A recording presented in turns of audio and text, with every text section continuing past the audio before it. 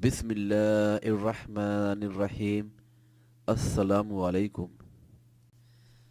پیغمبر حضرت ایوب علیہ السلام عظیم پیغمبر تھے اور آپ اسحاق علیہ السلام کی نسل سے تھے، اور اسحاق علیہ السلام ابراہیم علیہ السلام کے بیٹے تھے۔ ایوب علیہ السلام اللہ کے نبی اور رسول تھے۔ اللہ تعالیٰ نے آپ کو سوران کی طرف مابعوث فرمایا۔ یہ قوم ملک شام میں رہائش پذیر تھی۔ آپ بہت زیادہ مالدار تھے۔ اللہ تعالیٰ نے آپ کو بہت سی نعمتوں سے نوازا تھا، جیسا کہ سورہ انعام میں اللہ تعالیٰ فرماتا ہے، اور اس کی اولاد میں سے داؤد اور سلیمان اور ایوب اور یوسف اور موسیٰ اور ہارون، یہ سب کے سب سیدنا حضرت ابراہیم علیہ السلام کی نسل سے تھے۔ اور سورہ نساء میں اللہ تعالیٰ فرماتا ہے، یقیناً ہم نے آپ کی طرف اسی طرح وحی کی ہے جیسا کہ نوح اور ان کے بعد والے نبیوں کی طرف کی، اور ہم نے وحی کی ابراہیم اور اسماعیل اور اسحاق اور یعقوب اور ان کی اولاد پر، اور عیسیٰ اور ایوب اور یونس اور ہارون اور سلیمان کی طرف، اور داؤد کو زبور عطا فرمائی۔ بہرحال اللہ تعالیٰ نے ان سب انبیاء کی طرف وحی فرمائی، اور ایوب علیہ السلام بھی ان رسولوں میں سے ایک ہیں۔ آپ کے پاس بے شمار مویشی تھے اور نوکر چاکر تھے۔ اللہ تعالیٰ نے آپ کو بہت زمین بھی عطا فرمائی تھی، اور آپ تاجر بھی تھے۔ آپ کی تجارت دور دور تک پھیلی ہوئی تھی۔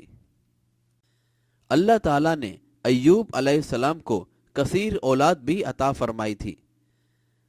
آپ کے ہاں 7 بیٹے اور 7 بیٹیاں تھیں، اور صحت مند اور طاقتور تھے۔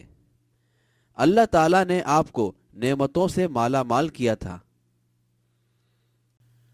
آپ نہایت رحم دل اور فیاض تھے۔ غریبوں، محتاجوں، یتیموں اور بیواؤں کی دستگیری کرتے تھے تاکہ اللہ تعالیٰ کی خوشنودی حاصل ہو۔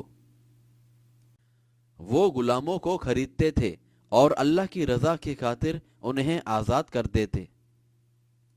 اللہ تعالیٰ نے ان پر خاص کرم یہ کیا کہ انہیں نبوت عطا کر دی، چنانچہ وہ لوگوں کو صرف اللہ کی عبادت کی تعلیم دیتے، انہیں اللہ تعالیٰ کی بے شمار نعمتیں یاد دلاتے جو اس نے اپنے سب بندوں کو عطا کر رکھی ہے۔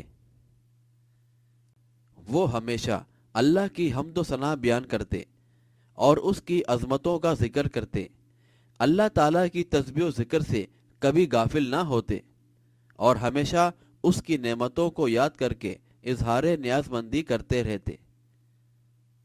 وہ اللہ تعالیٰ کے عبادت کرنے والے اور شکر گزار بندوں کے لیے ایک عظیم نمونہ تھے۔ پھر اللہ تعالیٰ نے آپ کو آزمانا چاہا اور آپ کا سخت امتحان لیا، تاکہ آنے والے لوگوں کے لیے آپ صبر کی مثال بن جائیں۔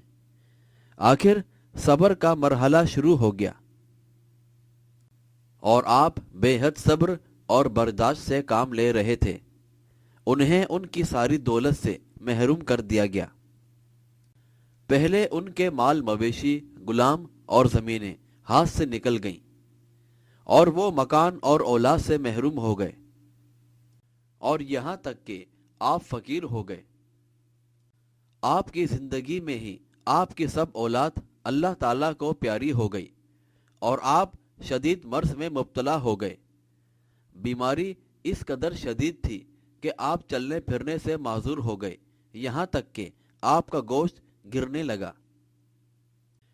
سوائے دل اور زبان کے کچھ بھی سلامت نہ رہا۔ جب حضرت ایوب علیہ السلام کی بگڑتی ہوئی حالت میں کوئی کمی نہ آ سکی، بلکہ مشکلات اور موذی بیماری بڑھتی رہی، تو تمام دوست اور رشتہ دار ان سے نفرت کرنے لگے۔ بعض تو ان سے دور بھاگ گئے، صرف ان کی مہربان اور محبت کرنے والی بیوی پاس رہ گئی اور آپ کی خدمت کرتی رہی۔